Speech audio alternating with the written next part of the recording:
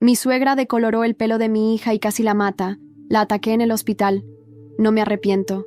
Mi suegra decoloró el pelo de mi hija de 6 meses y terminó mandándola al hospital, así que perdí la cabeza y pedí una orden de restricción contra ella.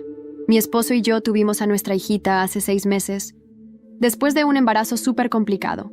Vale decir que yo soy una mujer latina, de piel morena y cabello rizado, mientras que mi esposo es blanco, rubio y de ojos azules. Siempre me llevé bien con la familia de él, con la excepción, adivina, de mi suegra. Desde el principio fue súper fría conmigo, aunque yo intentaba caerle bien. Incluso llegó a llamarme Sudaka. Mi esposo siempre estuvo de mi lado y cortaba cualquier comentario malintencionado o indirecta que ella soltara. Hubo 2 momentos que me marcaron mucho. El primero fue cuando anunciamos el compromiso.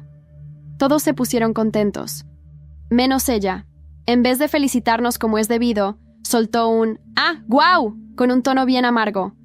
Dijo: sinceramente ni pensé que iban a durar.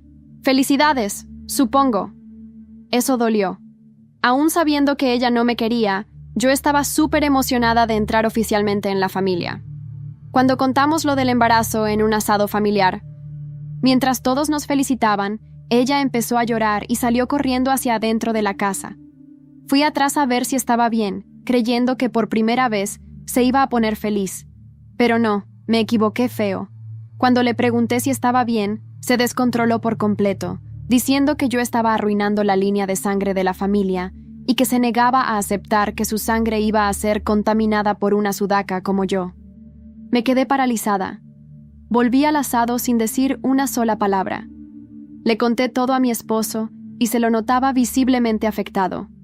Dijo que la opinión de ella no importaba, que solo yo y nuestra bebé éramos importantes para él. 6 meses después, nuestra princesita estaba hermosa y sana. Nació con una piel morena preciosa, ojos azules y unos rizos negros largos y brillantes. Nunca me había enamorado tanto como cuando la vi por primera vez. Valió cada segundo difícil del embarazo. Mi suegra siempre odió el pelo de mi hija, decía que parecía un nido y hasta sugirió rapárselo. Siempre la interrumpía porque el pelo de mi hija es grueso y deslumbrante. Mi esposo trabaja viajando a otros estados. Yo también trabajo, así que cuando no puedo cuidar de la bebé, la dejo con mis papás. Un día, recibí una llamada diciendo que mi mamá había tenido un accidente de auto y la llevaron de urgencia al hospital. Fui corriendo a casa de mis padres a buscar a mi papá y a mi hija. No quería llevar a mi hija al hospital, así que llamé a mi esposo. Él sugirió que dejáramos a nuestra hija con sus padres por un rato y que él tomaría el primer vuelo de regreso. Por suerte, había uno ese mismo día, así que la nena no estaría mucho tiempo con mis suegros. Importante, era la primera vez que mi suegra se quedaría con la bebé sin que estuviéramos cerca. Dejé a la bebé ahí y fui al hospital con mi papá. Para quien quiera saber, mi mamá no se lastimó gravemente, solo una conmoción leve y la muñeca fracturada. Pero quienes han estado en un hospital saben lo que demora. Estuvimos ahí más de 5 horas. Cuando por fin pudimos irnos, mi esposo ya estaba llegando del aeropuerto y quedamos en encontrarnos en casa de sus padres. Al llegar, toqué la puerta varias veces y nada, lo cual me pareció rarísimo, porque las luces estaban prendidas.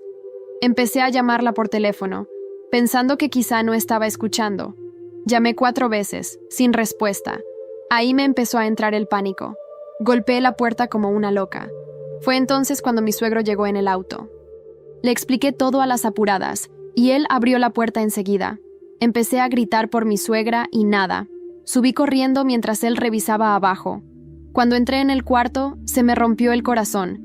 Vi a mi suegra intentando despertar a mi hija, que estaba completamente alterada. La miré y se me vino el mundo abajo.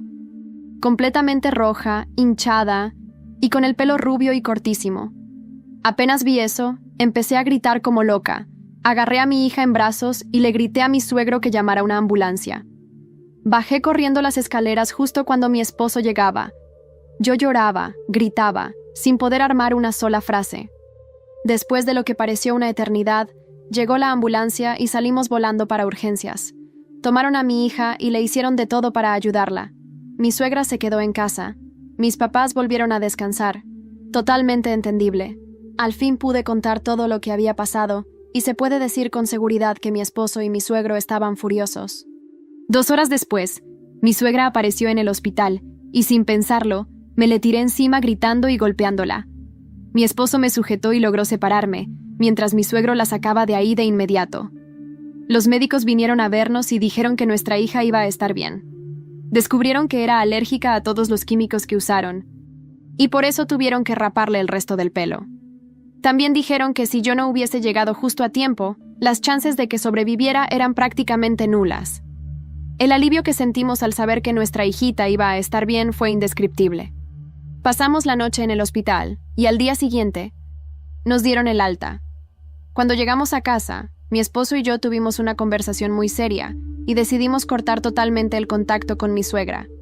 También tomé la decisión de dejar mi trabajo para cuidar de nuestra hija a tiempo completo, al menos hasta que empiece la escuela. No quiero correr más ningún riesgo. Con el tiempo, nuestros celulares empezaron a explotar con mensajes de familiares. Algunos estuvieron de nuestro lado, pero muchos defendieron a mi suegra, diciendo que fui una idiota por haberla golpeado, que eso no iba a ayudar en nada a nuestra hija. Así que no nos quedó otra. Llevamos el caso a las redes sociales. Publicamos que cortábamos oficialmente todo contacto con mi suegra y que estábamos pidiendo una orden de restricción, y que cualquier persona que defendiera lo que ella hizo iba a ser bloqueada y eliminada de nuestra vida, sin dudarlo. Y vale agregar que mi suegro decidió pedirle el divorcio. Dijo que no podía ni mirarla a la cara después de lo que hizo. Al menos eso. Mi hija va a poder crecer con un abuelo paterno cerca, que la ama y la respeta de verdad. Yo pensé que lo peor ya había pasado, que después de ver a mi hija al borde de la muerte, hinchada, casi irreconocible y sin un solo rizo en su cabecita, el universo iba a darme una tregua. Pero no, era solo el inicio. Volvimos a casa desde el hospital de Zaragoza con una mezcla de alivio y rabia en el pecho. Mi marido, Jaime, no me soltó ni un segundo, pero su silencio pesaba. Nunca lo había visto así, tan roto. Nuestra bebé, Aitana, dormía en el portabebés con un gorrito que le tapaba la cabecita afeitada. Cada vez que la miraba, se me rompía algo por dentro. Esa noche no dormimos. Jaime se quedó despierto en el sofá, mirando al vacío, mientras yo, tumbada en la cama con Aitana a mi lado, repasaba una y otra vez lo que había pasado. El momento en que abrí la puerta y la vi, el olor químico en el aire, el tono frío de mi suegra diciendo que solo quería ayudarla a parecer más presentable. Al día siguiente, decidimos que no íbamos a permitir que esta historia quedara en silencio. Jaime llamó a un abogado amigo suyo, de Pamplona, que nos recomendó cómo iniciar el proceso de orden de alejamiento. Yo, por mi parte, no podía quedarme quieta. No puede salirse con la suya, le dije, con Aitana en brazos, mientras miraba los mensajes que me llegaban por WhatsApp. Tías, primos, incluso alguna excuñada, todos opinando. Algunos me apoyaban, otros, no tanto. ¿Pero era necesario pegarle? Leí en voz alta, sin poder evitar reírme con amargura. ¿Eso es lo que les preocupa? Jaime se acercó y me tomó la mano. Su voz tembló un poco. Van a intentar defenderla, lo sabes, decir que fue un accidente, que exageras. Lo sabía, y por eso no podía quedarme callada. Esa semana decidimos publicar nuestra versión. No con nombres, no con insultos, pero sí con toda la verdad. Un texto largo, crudo, en mi cuenta de Instagram. Conté lo que pasó. Hablé del racismo silencioso, de las microagresiones, de cómo una mujer que nunca me aceptó por mi origen decidió corregir a mi hija con lejía y peróxido. La publicación explotó.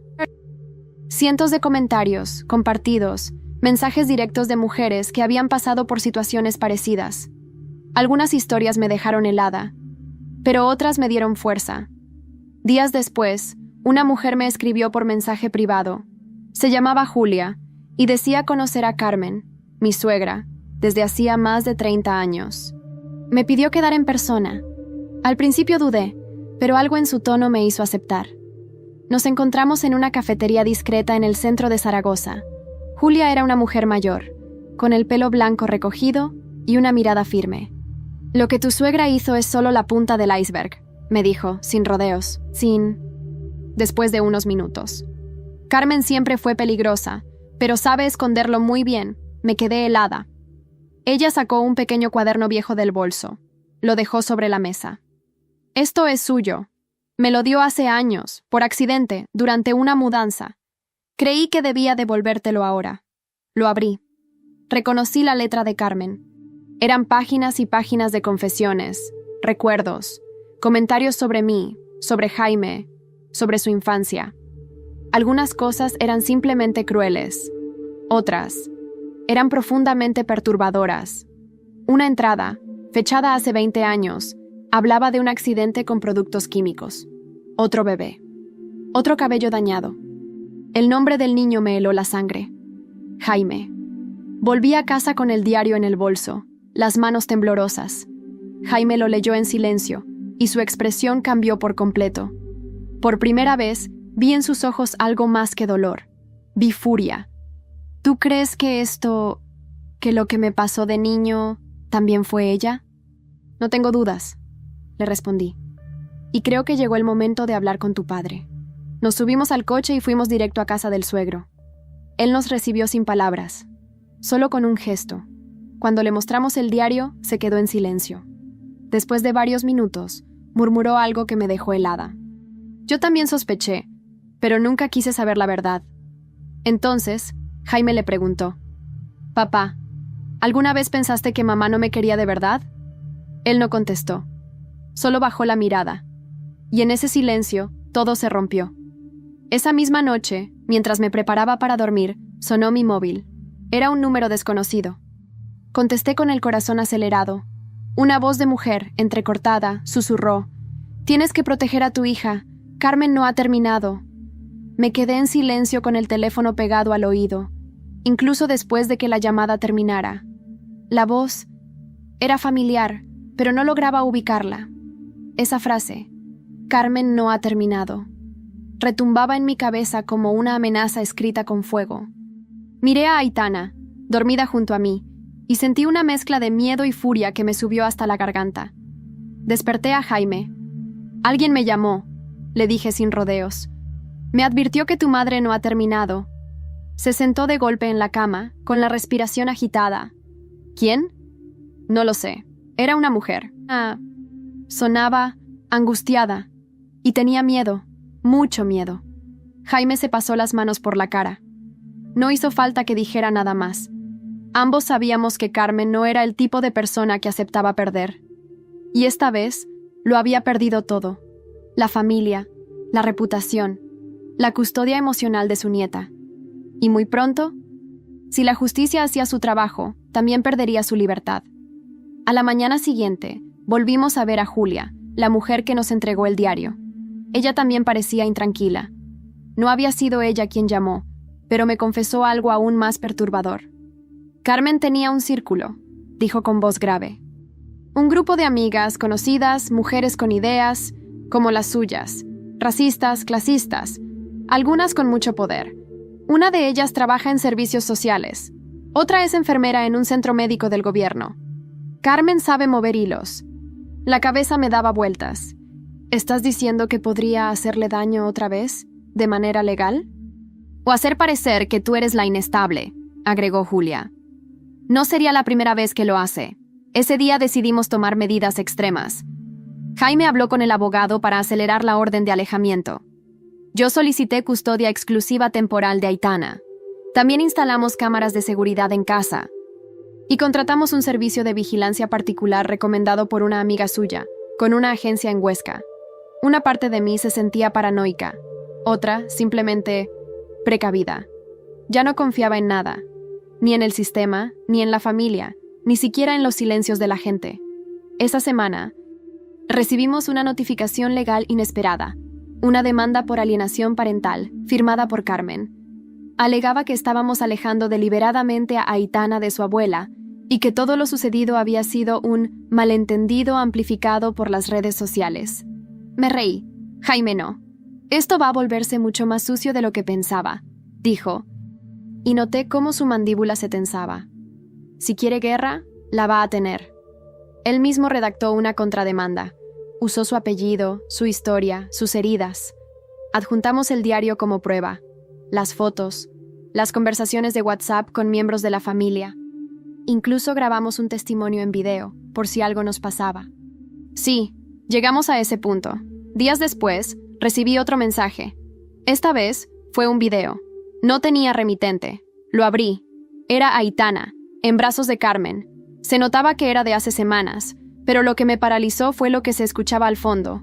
Una voz, probablemente de Carmen, diciendo: «Tú vas a ser todo lo que tu madre nunca fue. Vas a tener el pelo bonito, vas a hablar bien, vas a ir a colegios decentes. No vas a ser como ella». Se me revolvió el estómago. Aitana lloraba en el video. Yo temblaba. «¿Quién grabó esto?», pregunté a Jaime, fuera de mí. «Eso no estaba en ninguna parte», respondió, igual de pálido que yo. «Llamamos a la policía. Ellos se llevaron el video y lo incluyeron como evidencia. Dijeron que lo más probable es que lo hubiera grabado una cámara escondida. Pero, ¿quién lo había enviado? ¿Y por qué justo ahora?». Unos días después, llegó una carta, escrita a mano, sin remitente otra vez. Solo decía: «Ella no actúa sola». Jaime y yo nos miramos. Entonces, alguien llamó a la puerta. Era el suegro. Su expresión estaba desencajada. «Tenéis que ver esto», dijo, extendiendo un sobre. «Acaba de llegar a mi casa. Es de Carmen, y no va solo para mí». Dentro del sobre había una fotografía vieja. Una mujer joven, morena, con rizos, muy parecida a mí, abrazada a un bebé. «Esa no es tu madre, ¿verdad?», pregunté en voz baja. Jaime negó lentamente. Nunca la había visto. Pero, ¿por qué Carmen tendría esta foto?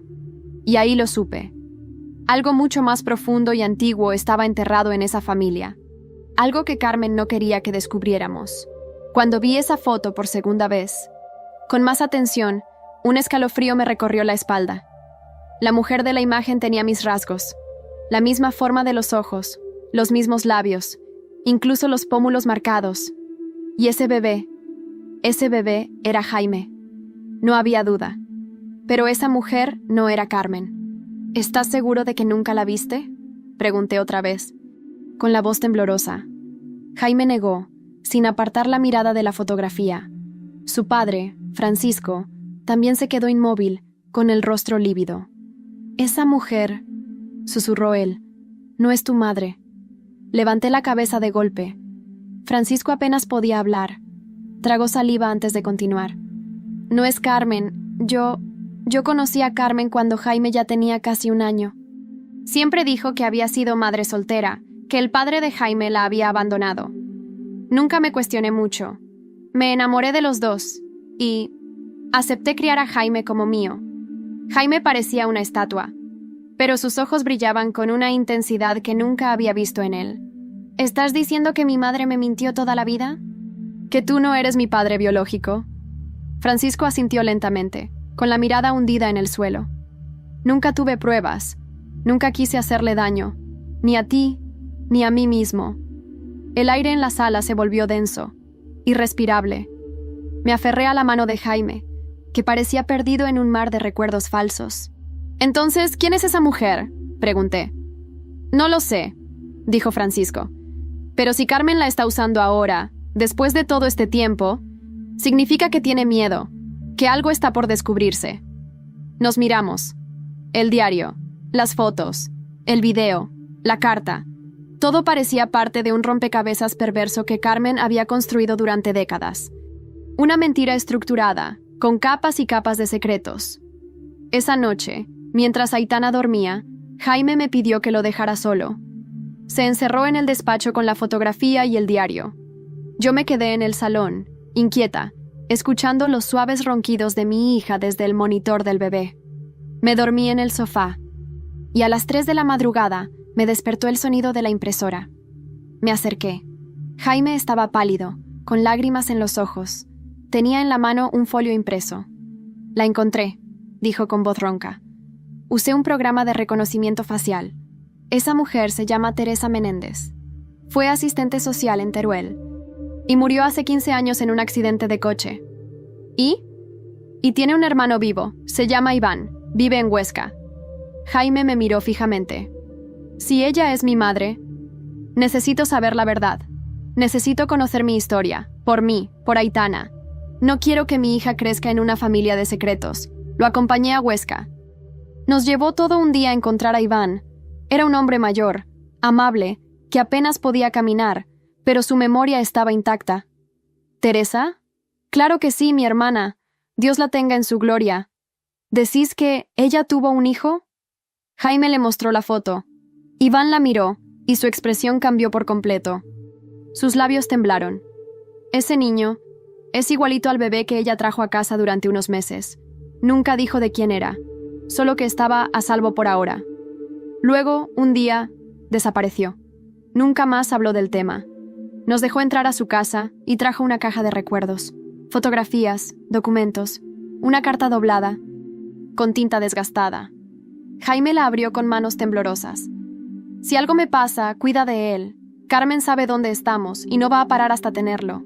Ella dice que es suyo, pero no lo es. No del todo, y no lo criará bien. Hay cosas que no entenderías, Iván. Cosas que vi en ella. Por favor, cuida de Jaime. Jaime se quedó en silencio. Yo no pude contener las lágrimas. Entonces, Carmen me robó, dijo, apenas en un susurro. Te arrebató, corregí yo, y ahora lo va a pagar. Al volver a Zaragoza nos esperaba una patrulla de policía frente a nuestra casa. Uno de los agentes se acercó con expresión grave. Señora Luque, señor Menéndez, necesitamos hablar con ustedes. ¿Qué pasa?, preguntó Jaime sin soltar mi mano. Han entrado en su casa, y creemos que ha sido alguien de confianza, pero eso no es lo peor. El agente hizo una pausa. Su hija no está. Mi mundo se detuvo. Me quedé paralizada, literalmente, como si el suelo se hubiese abierto bajo mis pies y yo cayese en un abismo sin fondo. La voz de la gente aún resonaba en mi cabeza, pero todo alrededor se volvió lejano, distorsionado, como si estuviera bajo el agua. ¿Qué ha dicho?, pregunté con la garganta cerrada. El policía repitió, más suave. Su hija no está. La cuna estaba vacía. No hay signos de violencia, pero la cerradura no fue forzada. Alguien entró con llave. Jaime me sujetó antes de que mis piernas fallaran por completo. Me sentí caer. Quise gritar, correr, romperlo todo. Pero no salía nada. Solo un vacío frío que me tragaba desde dentro. ¿Han buscado en toda la casa? ¿Las cámaras? Jaime estaba en shock, pero su voz seguía siendo firme. Agarró al policía por los brazos. ¿Y el sistema de vigilancia? Tenía que estar grabado. Las cámaras fueron desconectadas esta madrugada, exactamente a las 2:13 a.m., explicó el agente. Con una clave de administrador. Es decir, alguien que conocía el sistema. Carmen, escupí con rabia. Tiene que ser ella. Pero no tenía cómo probarlo aún. La única pista que teníamos era esa. Las cámaras apagadas y la puerta sin forzar. ¿Dónde está mi hija?, susurré, pero nadie podía responder. La policía empezó el protocolo de desaparición de menores. Llegaron más patrullas, una unidad de investigación, psicólogos, vecinos curiosos. Todo fue un torbellino. Nos hicieron preguntas una y otra vez. ¿Tenían enemigos? ¿Problemas familiares? ¿Alguien con acceso a llaves? Contestamos todo. Mencionamos a Carmen, entregamos los documentos, las denuncias, el diario, todo. Pero la ley es lenta, y Carmen era astuta. Necesitamos rastrear su ubicación, dije a Jaime. Buscar en sus círculos, en su pasado, lo que sea. Y entonces, como un susurro de esperanza, recordé a Julia. Ella podría saber algo. La llamé. Su voz estaba entrecortada, nerviosa. Vi a Carmen hace 3 días. Se reunió con una mujer muy parecida a ti. Más joven, creo. Parecían hablar de algo importante, y no era la primera vez que se veían. ¿Dónde? En un café cerca del Hospital Miguel Servet. Carmen siempre se encuentra allí con ciertas personas que, digamos, no figuran en su agenda oficial. Fuimos hasta el café. Jaime tenía la foto de la mujer de la imagen antigua, la que posiblemente fuera su madre biológica. Preguntamos al camarero, a la encargada. Nadie parecía saber nada, hasta que una señora mayor, sentada sola, nos miró de reojo y dijo en voz baja: «Esa señora rubia venía a menudo. Y sí, estuvo aquí con una muchacha morena, una que traía a una niña de rizos». Se notaba que no quería estar ahí, Hablaban bajo, pero discutieron. La joven lloraba al salir. ¿Una mujer morena? ¿Con Aitana? ¿Quién? No podía ser Carmen. ¿Sería otra hija de Carmen? ¿Otra mujer manipulada por ella? Esa noche, al revisar las cámaras de la zona con ayuda de la policía, vimos el coche. Un Renault Clio rojo, matrícula parcialmente visible. Salía del parking subterráneo con Aitana en el asiento trasero. Pero lo más perturbador vino al detener un fotograma. Alguien bajaba la cabeza, tapada con una bufanda, pero aún así, la reconocí. No era Carmen, era mi prima, Marta. No la veía desde hacía más de un año. Se había alejado de la familia tras una pelea fea. Pero, ¿qué hacía ella con mi hija? No puede ser... susurré. ¿Quién es ella?, preguntó Jaime, girándose hacia mí. Es de mi sangre, dije en voz baja, con los labios apretados. Y ahora está del lado de Carmen. Jaime apretó los puños. Vamos a encontrarla. Y entonces sonó el móvil. Un mensaje de texto, sin remitente. La sangre llama, pero no siempre protege. Si queréis volver a verla, no habléis con la policía. Leí el mensaje al menos 5 veces, como si eso fuera a cambiar el significado. La sangre llama, pero no siempre protege. Era una amenaza velada, una advertencia y una confirmación. Aitana estaba viva, pero en manos de alguien que creía tener un derecho sobre ella. Marta, dije en voz baja, aún incrédula. Marta es mi prima, pero Carmen siempre la trató como si fuera su propia hija. Después de que su madre murió, Carmen la acogió por un tiempo. Se obsesionó con ella. Jaime no decía nada. Solo caminaba de un lado a otro de la habitación, el rostro tenso, las manos cerradas en puños. Esto se ha salido de control, murmuró. No podemos seguir dependiendo solo de la policía. Y tenía razón. A partir de ese momento, tomamos el control de nuestra propia búsqueda. Jaime volvió a contactar a un amigo suyo de la universidad que ahora trabajaba como investigador privado en Madrid. Se llamaba Sergio y aceptó ayudarnos sin dudar. Lo primero que hizo fue rastrear el coche Renault Clio rojo visto en las cámaras. 3 horas más tarde, nos llamó con una dirección. Un piso antiguo en las afueras de Huesca. A las afueras del barrio de San Lorenzo. No hagáis ninguna locura, nos advirtió Sergio. Dejadme acercarme primero, pero no podíamos esperar. Yo no podía. Así que fuimos hasta allí, manteniéndonos a distancia. El edificio era viejo, con una fachada gris cubierta de enredaderas secas. Las ventanas estaban cerradas, y no había movimiento visible. Pero el coche estaba allí, aparcado justo delante. Está dentro, susurré. Siento que está ahí. Tenemos que tener cuidado, dijo Jaime conteniéndome. Si nos precipitamos, podrían llevarla a otro lugar. Sergio llegó minutos después, con su equipo. Mientras revisaban el edificio, una vecina mayor bajó con su perro y se detuvo al vernos. ¿Buscáis a la chica con la niña?, preguntó curiosa. ¿La ha visto?, dije, conteniendo la emoción. Sí, claro, muy educada, pero... Se notaba que algo no iba bien. La niña lloraba mucho, a veces en mitad de la noche. La chica salía a escondidas por la parte trasera. Ayer por la noche se fue. Tenía una maleta y... un sobre grande. ¿Se fue?, preguntó Jaime, con el alma rota. Sí, y dejó la puerta entreabierta. Parecía nerviosa. Entramos. El piso estaba vacío. La cuna improvisada, los biberones, una mochila de Aitana, todo abandonado. Pero lo que más me golpeó fue un dibujo en una hoja doblada. Un corazón roto, con 2 nombres escritos. Aitana y mamá. Caí de rodillas.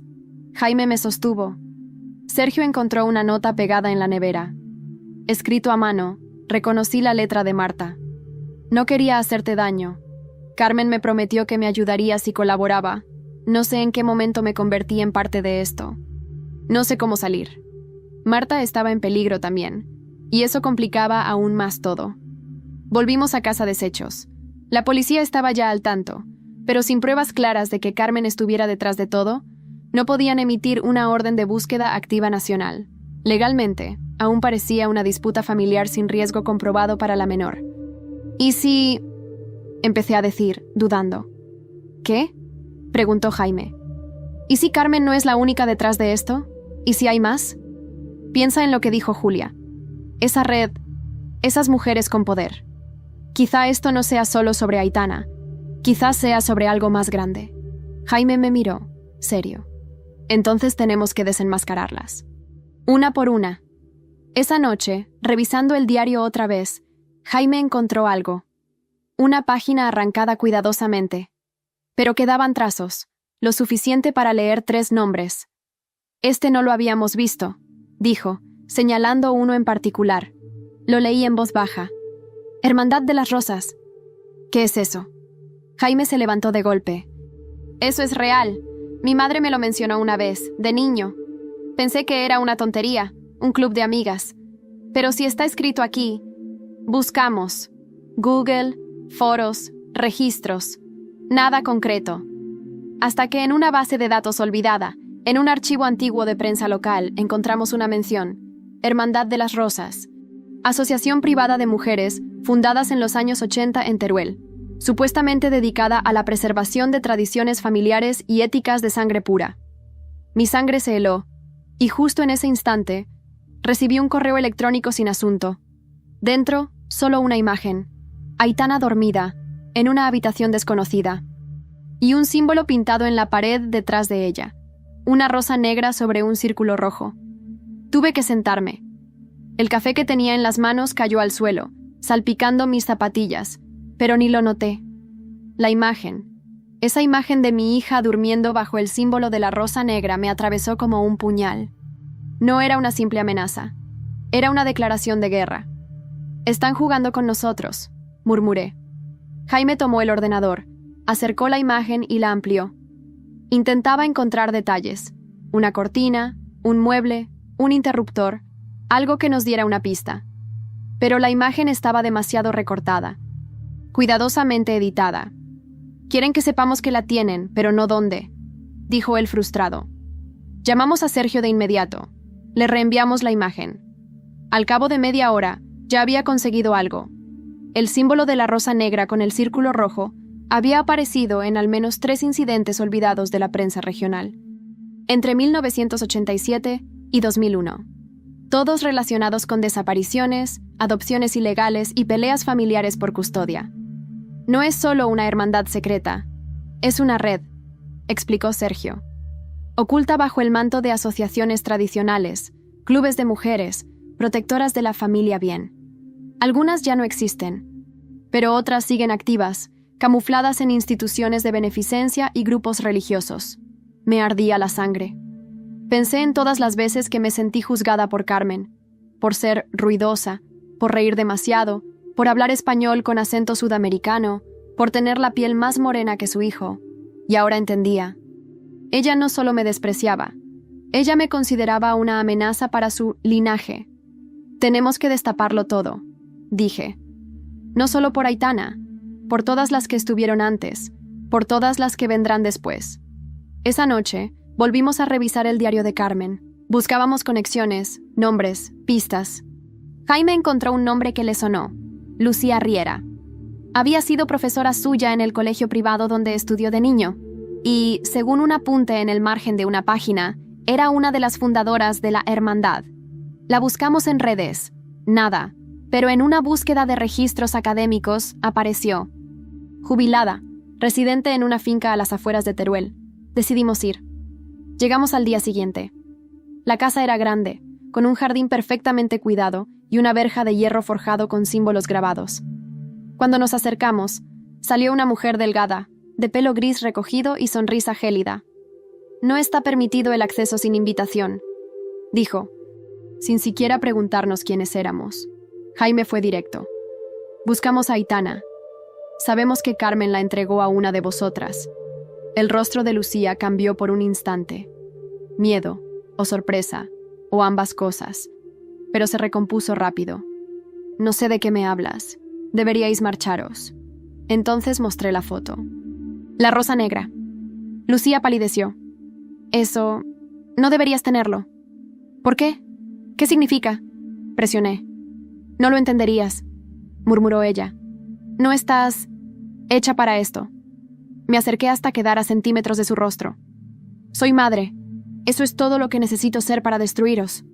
Antes de que respondiera, alguien dentro de la casa gritó. Una voz joven. Un nombre. ¡Marta! Corrimos hacia la verja, pero Lucía se interpuso. Jaime la apartó sin violencia, y yo forcé la cerradura con una piedra del jardín. Entramos. La casa era fría, llena de retratos antiguos y crucifijos. En una habitación del fondo, encontramos a Marta. Estaba llorando, con la ropa arrugada y ojeras profundas. Al vernos, se lanzó a mis brazos. Lo siento, no sabía qué hacer. Sollozaba. ¿Dónde está Aitana? Grité, con el corazón en la garganta. Está a salvo, por ahora. Me obligaron, me chantajearon. Carmen me dijo que si no cooperaba, revelaría algo horrible sobre mi madre, algo que... no sé si es verdad. La sacamos de allí. No sin esfuerzo. Lucía gritaba desde la puerta prometiendo consecuencias, pero ya no nos importaba. En casa, Marta habló.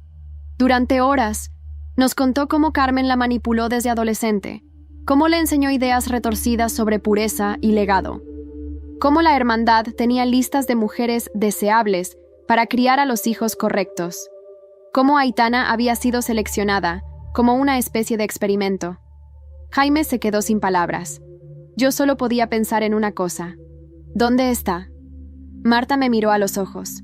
La llevaron a un lugar en el Pirineo, y no me siento un monasterio abandonado que usan como centro de reunión, pero solo las fundadoras conocen el acceso real. Entonces Sergio entró corriendo con el móvil en la mano. «Tenemos algo». Acaba de filtrarse una grabación de Carmen, hablando con una mujer del patronato de adopciones. Está implicando a jueces, médicos, y menciona un nombre clave. Proyecto Herencia. Abrí los ojos. Lo que estaba en juego ya no era solo nuestra hija, era algo mucho más oscuro. Proyecto Herencia. 2 palabras que no entendía del todo, pero que se instalaron en mi cabeza como un martillo golpeando sin parar. Las repitió Sergio, con los ojos clavados en la pantalla de su portátil, como si acabara de abrir la puerta a un infierno bien decorado. No es solo una secta de mujeres nostálgicas del franquismo, dijo con la voz cargada de tensión. Es una red, judicial, médica, educativa, y la están investigando desde hace meses en secreto. Lo que tenemos podría ser la pieza que faltaba. Yo apenas podía procesarlo. Seguía viendo la imagen de Aitana, dormida bajo aquel símbolo macabro. Pero ahora, con cada palabra, con cada dato nuevo, comprendía que lo que le habían hecho a mi hija no era solo una muestra de racismo. Era una maldita ingeniería social. Jaime se acercó a la pantalla. El vídeo filtrado mostraba a Carmen hablando por teléfono con alguien a quien llamaba Doctora Salas. La conversación estaba llena de frases en clave, pero había cosas claras. La mezcla no resultó como esperábamos. El cabello ha sido un problema constante, pero mantiene los ojos. Eso es positivo. Tiene potencial si se reeduca desde temprano. Me mareé. Me tuve que sentar. ¿Están hablando de Aitana como si fuera un experimento? Sergio asintió. Marta, aún con los ojos rojos de tanto llorar, apretó mis manos. Eso es lo que es el proyecto Herencia. Usan niños como ella para ver hasta qué punto se puede corregir el mestizaje. Buscan mantener el linaje, pero limpiarlo, moldearlo. Es monstruoso. Las piernas me temblaban. Jaime, sin decir una palabra, cogió su chaqueta. Voy a la policía. No importa si no quieren actuar. Vamos a llevar esto a la televisión, a las redes, donde sea. Vamos a quemar todo esto. Lo detuve. Primero tenemos que encontrarla. Luego, hacemos arder el mundo. Volvimos a hablar con Julia. Le mostramos el vídeo. Ella palideció. Doctora Salas. Sí, la conocí hace años. Trabajaba en una clínica privada de fertilidad en Zaragoza, pero desapareció tras una denuncia. Creo que alguien la estaba encubriendo. Sergio investigó. Encontró una dirección vinculada a la doctora en un viejo contrato de alquiler en Canfranc, en los Pirineos. Era una propiedad rural, aislada, cerca de un antiguo monasterio abandonado. Podría ser ahí, dijo. Las coincidencias son demasiadas. Era todo lo que necesitábamos. Esa misma noche, partimos hacia Canfranc. Llevamos a Marta con nosotros. Quería redimirse. Quería recuperar algo de lo que le habían robado, su conciencia. El camino fue largo, tenso. Atravesamos carreteras serpenteantes bajo una lluvia fría que parecía acompañar el horror que llevábamos encima. Al llegar, la niebla cubría la zona. El monasterio estaba oculto entre árboles. Parecía sacado de una película de terror. Muros de piedra húmeda, ventanas rotas, una campana oxidada colgando torcida. Pero había luz dentro. Y movimiento. Nos acercamos en silencio. Sergio llevaba una pequeña cámara oculta. Nos colocamos detrás de un muro. Espiando. Dentro, vimos a 3 mujeres. Una era Carmen. La otra era la doctora Salas. Y entre ellas, Aitana. Estaba sentada en una especie de sala de juegos improvisada, con otras 2 niñas. Lucía confusa, pero tranquila. Al verla, mis piernas se movieron solas. Jaime me sujetó. Aún no, tenemos que asegurarnos de que esté bien. Y que no huyan con ella. Sergio grababa todo. Marta, escondida, no podía dejar de llorar. Están haciendo una especie de evaluación, dijo en voz baja. Las observan, las clasifican, como si fueran productos. Yo no podía más. Tenemos que entrar ya. Y justo cuando íbamos a movernos, la puerta trasera del monasterio se abrió. Un hombre salió arrastrando una caja, hablando por un teléfono satelital. Sergio enfocó su cámara y murmuró: Dios mío, es un juez. ¿Qué? Ese hombre es el juez San Juan. Está implicado en decenas de casos de custodia. Se dice que manipulaba sentencias, pero nadie pudo probarlo. Estábamos viendo una red en vivo, grabándola, exponiéndola. Jaime se volvió hacia mí. Ahora sí, vamos a sacarla de ahí. Pero antes de que nos moviéramos, alguien detrás de nosotros susurró: No podéis estar aquí. Nos giramos. Una mujer mayor, con una escopeta en las manos, apuntaba directamente a Sergio. La hermandad ya ha enterrado a otros por menos. La escopeta brillaba bajo la tenue luz de la luna filtrada entre los árboles. Apuntaba directamente al pecho de Sergio. La mujer que la sostenía tenía el rostro cubierto por un pañuelo oscuro, pero sus ojos hablaban por sí solos. No dudaba, no temblaba. Era una creyente, una de las fieles de Carmen. No deberíais haber venido, susurró con voz ronca. No sabéis lo que estáis arruinando. ¿Arruinando? Repliqué sin pensar, mi cuerpo ardiendo de rabia. Están usando niñas, por Dios, como si fueran ganado. No lo entiendes. Lo que hacemos aquí es por el bien de todos.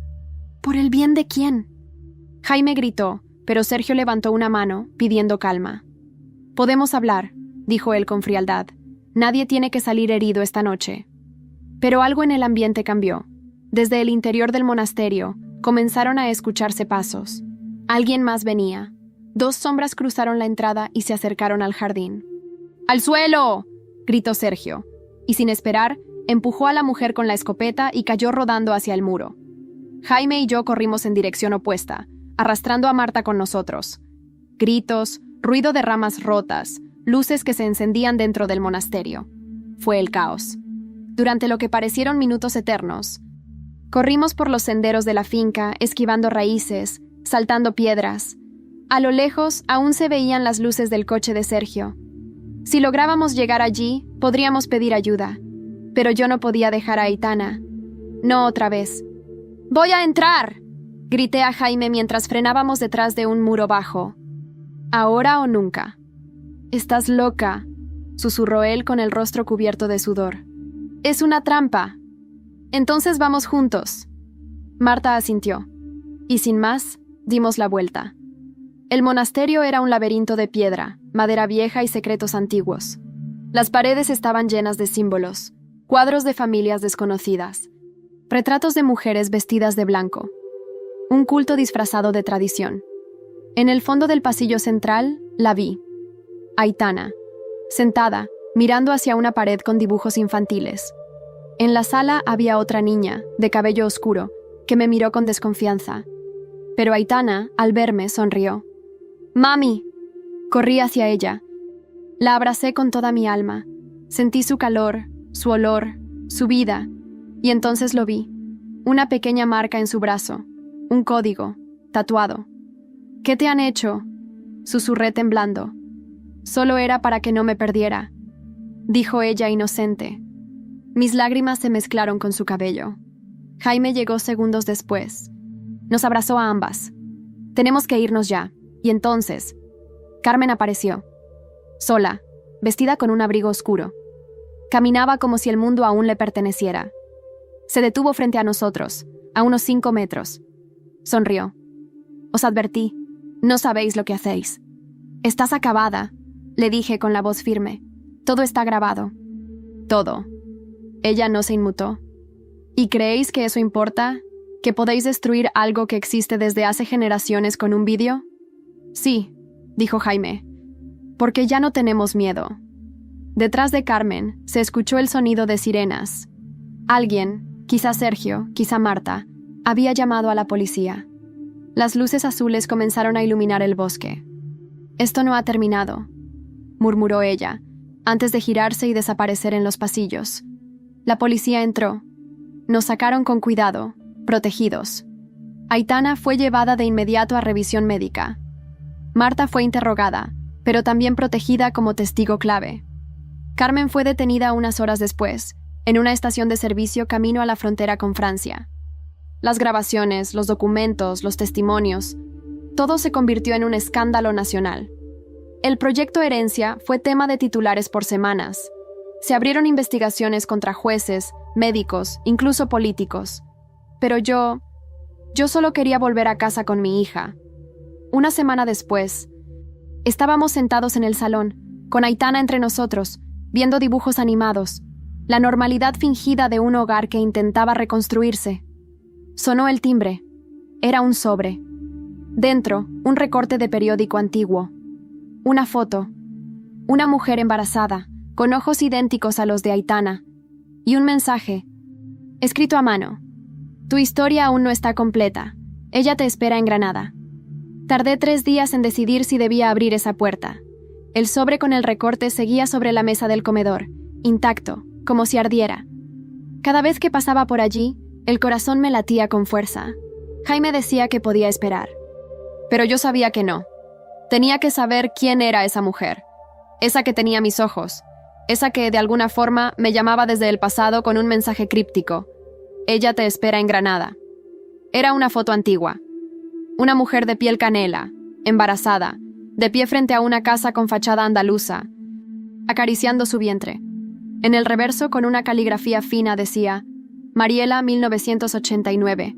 Ese era el año en que nací, y entonces lo supe. Jaime, le dije esa noche, nunca conocí a mi madre biológica. Siempre me dijeron que murió al darme a luz. Pero, ¿y si no fue así? Él se quedó en silencio. ¿Y si Carmen no solo robó a Aitana? Empacamos al día siguiente y salimos rumbo a Granada. Dejamos a Aitana con mis padres, bajo protección policial y con vigilancia constante. Marta decidió quedarse con ellos, ayudando, en un intento silencioso de redención. El viaje fue largo, silencioso, con la radio apagada y la mente a mil. Al llegar, la dirección escrita en el sobre nos llevó a una casa antigua en el barrio del Albaicín. Blanca, con flores colgando de los balcones. La puerta estaba abierta. Entramos con cautela. Y ahí estaba ella, sentada frente a una ventana, con una manta sobre las piernas y un bastón apoyado en la silla. Sabía que vendrías, dijo sin mirarnos. La sangre no olvida. Me paralicé. ¿Eres Mariela? Ella se giró. Sus ojos eran los míos. Su voz era la que imaginé tantas veces en sueños. Me temblaron las piernas. Jaime me sostuvo. Sí. ¿Y tú? Tú eres mi hija. No recuerdo cómo llegué hasta ella. Solo que me abracé a su pecho y lloré como una niña. Todo salió.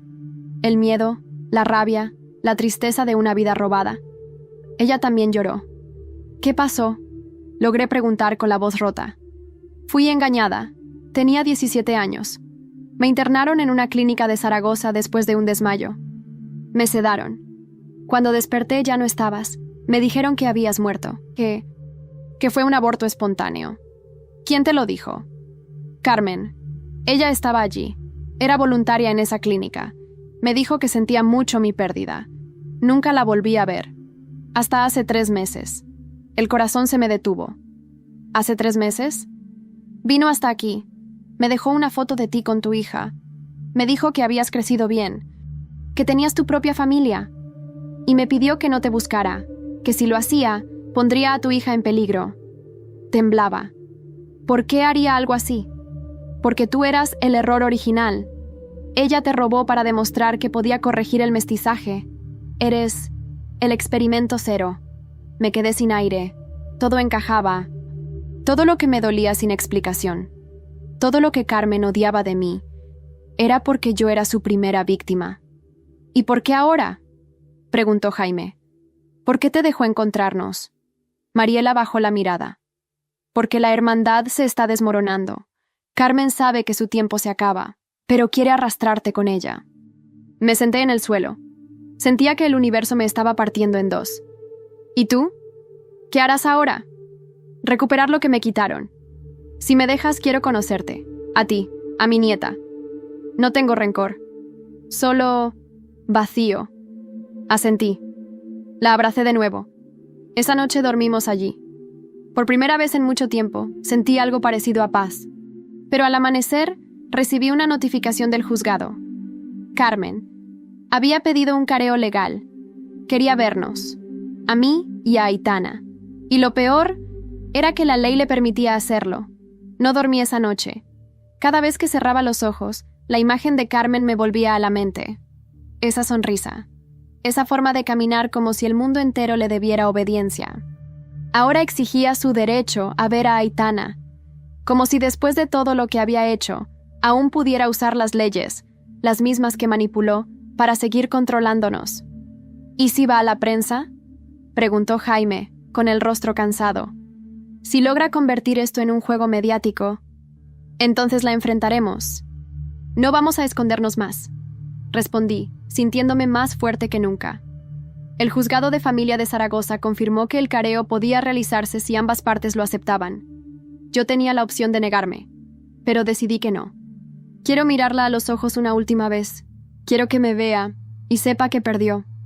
3 días después llegamos al juzgado. La seguridad era estricta. Aitana no estaba con nosotros. Permanecía en custodia de protección, bajo orden directa del juez que ahora encabezaba el caso. Esta vez, un juez limpio, joven, que había sido nombrado para revisar todos los expedientes de adopciones y custodias vinculadas al proyecto Herencia. Entramos a la sala. Carmen ya estaba allí, esposada, pero erguida, como si aún dirigiera un consejo de dirección. Me miró. Sonrió con esos labios tensos. «Has crecido bien», dijo. «A pesar de todo». No respondí. «¿Sabes por qué te elegí? Porque tenías algo que no podía dejar que se perdiera. Tenías fuerza. Tenías potencial, pero no sabías controlarlo». Jaime se levantó. «No tienes derecho a hablar de ella como si fuera tu creación. Tú no sabes nada, hijo. Nunca supiste quién eras realmente. Ni siquiera eres mío», se burló, con los ojos fríos. El juez la interrumpió. «Este no es el espacio para acusaciones personales. Señora Carmen Varela, usted está aquí bajo investigación por múltiples delitos, incluyendo secuestro, manipulación genética, fraude institucional, abuso de menores y asociación ilícita. El tribunal le otorga esta única oportunidad de declarar su versión. ¿Desea hacerlo?». Carmen se quedó en silencio un segundo. Luego se rió. «Todo lo que hice fue por España». «¡Basta!», grité. «No hiciste nada por nadie, solo por ti, por tu ego enfermo. Nos usaste. A mí, a Jaime, a Marta, a mi madre, y casi matas a mi hija. Pero no ganaste». El juez asintió. Dio por cerrada la sesión preliminar. Carmen fue retirada de la sala sin mirar atrás. Ni una sola disculpa, ni un gesto de humanidad. Esa misma tarde, recibimos la noticia. Carmen Varela sería juzgada por crímenes de lesa humanidad, bajo una ley que raramente se aplicaba, pero que en este caso se activó gracias a las pruebas recogidas. El escándalo se volvió internacional. Lucía Riera fue detenida. La doctora Salas también. Otras 5 mujeres vinculadas al proyecto Herencia fueron arrestadas. El juez San Juan fue destituido y procesado. Se abrieron más de 50 casos de revisión de custodia. Y nosotros empezamos a reconstruir. Mariela se mudó con nosotros. Aitana la adoraba desde el primer momento. Decía que olía a canela y cuentos. Cada noche, Ella le contaba historias que había guardado para su hija perdida. Ahora, para su nieta. Marta se unió a una ONG que ayuda a mujeres víctimas de manipulación sectaria. Encontró su voz y su propósito. Jaime y yo decidimos casarnos de nuevo. Una ceremonia pequeña. En la playa de Cádiz, con solo quienes realmente importaban. Y Aitana volvió a sonreír. Sus rizos empezaron a crecer otra vez, y cada uno de ellos era una victoria. Pasó un año. Hoy estoy sentada frente al mar, escribiendo todo esto con ella en mi regazo. No para volver al pasado, sino para dejar constancia. Para que ninguna otra madre, ninguna otra niña, vuelva a ser tratada como una pieza de ajedrez. Porque sobrevivimos, y ahora florecemos.